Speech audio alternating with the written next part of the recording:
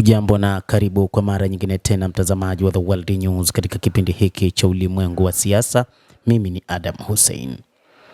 Waasi wa M23 wanadaiwa kupigika huko katika Jamhuri ya Kidemokrasia ya Kongo, huku jeshi la serikali likichukua udhibiti wa mji wa Uvira uliokuwa mikononi mwa kundi hilo la waasi wa M23.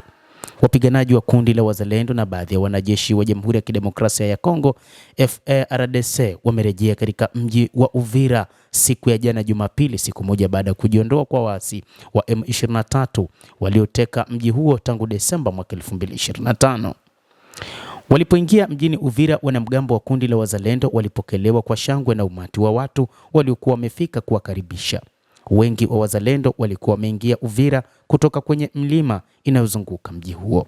Kwa mujibu wa mashahidi, baadhi ya Wazalendo walifyatua risasi hewani kwa sababu mbili: kwanza, kuonesha furaha yao ya kurejea katika jiji lao, na pili, kuona iwapo kutakuwa na mwitikio kutoka kwa wapiganaji wengine wa M23 ambao huenda wamejificha humo. Wakati huo matukio kadhaa ya uporaji yametokea katika maghala karibu na bandari ya Kalundu, katika ofisi kadhaa za serikali na pia katika baadhi ya nyumba za watu, hasa zile za wanajamii wa Banyamulenge.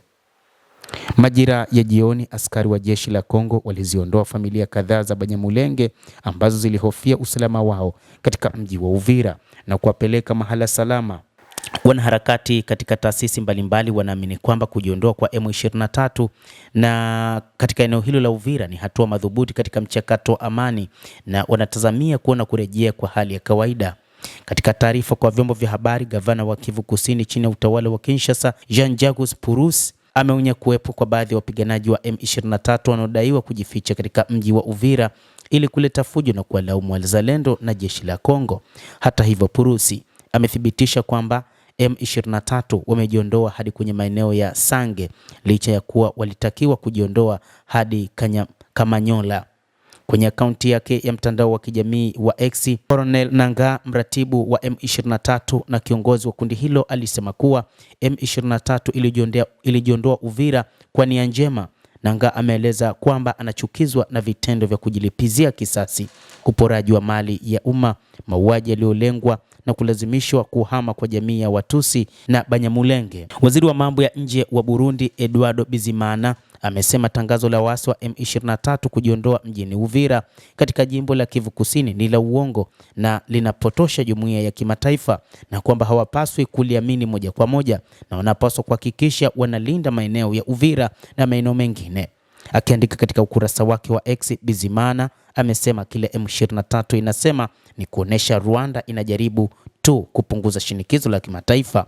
Rwanda imeendelea kukanusha kwamba inalipa msaada kundi la kijeshi la M23, kushinikiza kuwa inakabiliwa na kitisho cha usalama kutoka kwa wanamgambo wa Kihutu walioko mashariki mwa Kongo wanaofungamana na mauaji ya kimbari ya mwaka 1994 dhidi ya Watusi.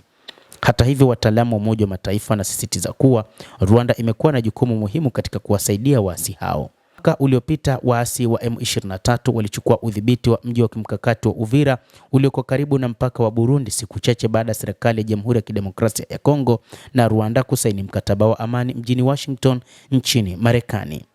Mtazamaji wa The World News, endelea kutufuatilia, lakini usisahau kulike, usisahau kucomment, kadhalika kusubscribe channel yetu hii ili upate habari hizi kwa mapana hapa The World News. Mimi ni Adam Hussein, endelea kuwa nasi wakati wote, endelea kutufuatilia.